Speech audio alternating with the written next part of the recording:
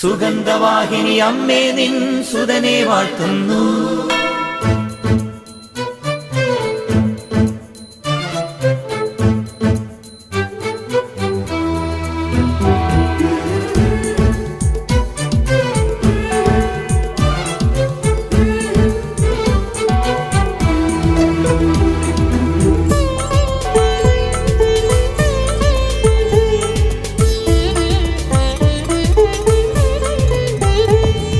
ുള്ള സഹോദരങ്ങളെ, പ്രഭാതവന്ദനം.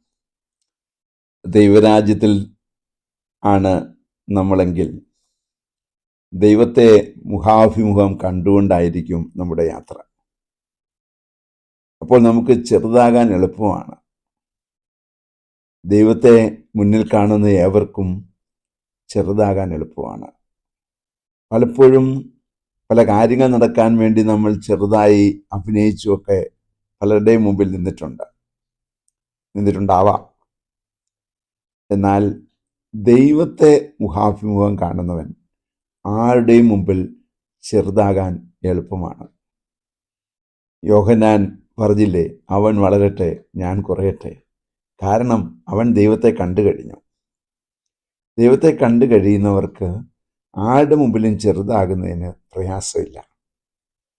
ചെറുതാകാൻ പറ്റാത്തവൻ ഒറ്റ കാര്യമേ ഉള്ളൂ, അവൻ ഇതുവരെയും ദൈവത്തെ കണ്ടിട്ടില്ല. അവനാണ് വലുത് എന്ന് അവൻ ചിന്തിച്ചുകൊണ്ട് നടക്കുകയാണ്. നമ്മളൊരു മരിച്ച വീട്ടിലേക്ക് കയറി ചെല്ലുമ്പോൾ അവിടെ പലപ്പോഴും ഇങ്ങനെയൊരു സംഭവം കാണും. ഇന്ന് ഞാൻ, നാളെ നീ. ഇത് മരിച്ചവർ നമ്മോട് പറയുന്നതായിരിക്കാം.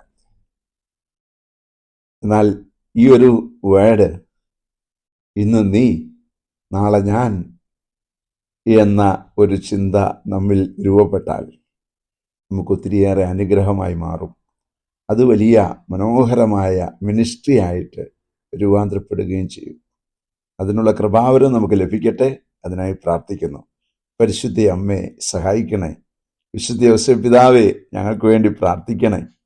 പരിശുദ്ധാത്മാവേ, എഴുന്നള്ളി വരണേ. പരിശുദ്ധ പരമ ദിവ്യകാരുണ്യത്തിന് എന്നേരവും ആരാധനയും സ്തുതിയും പുകഴ്ചയും ഉണ്ടായിരിക്കട്ടെ. ആമേൻ.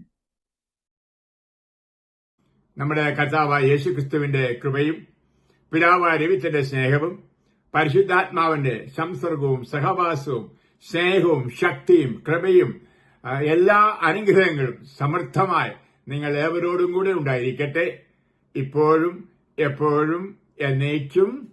ആമേൻ. സുഗന്ധവാഹിനി അമ്മേ നിൻ സുതനെ വാഴ്ത്തുന്നു.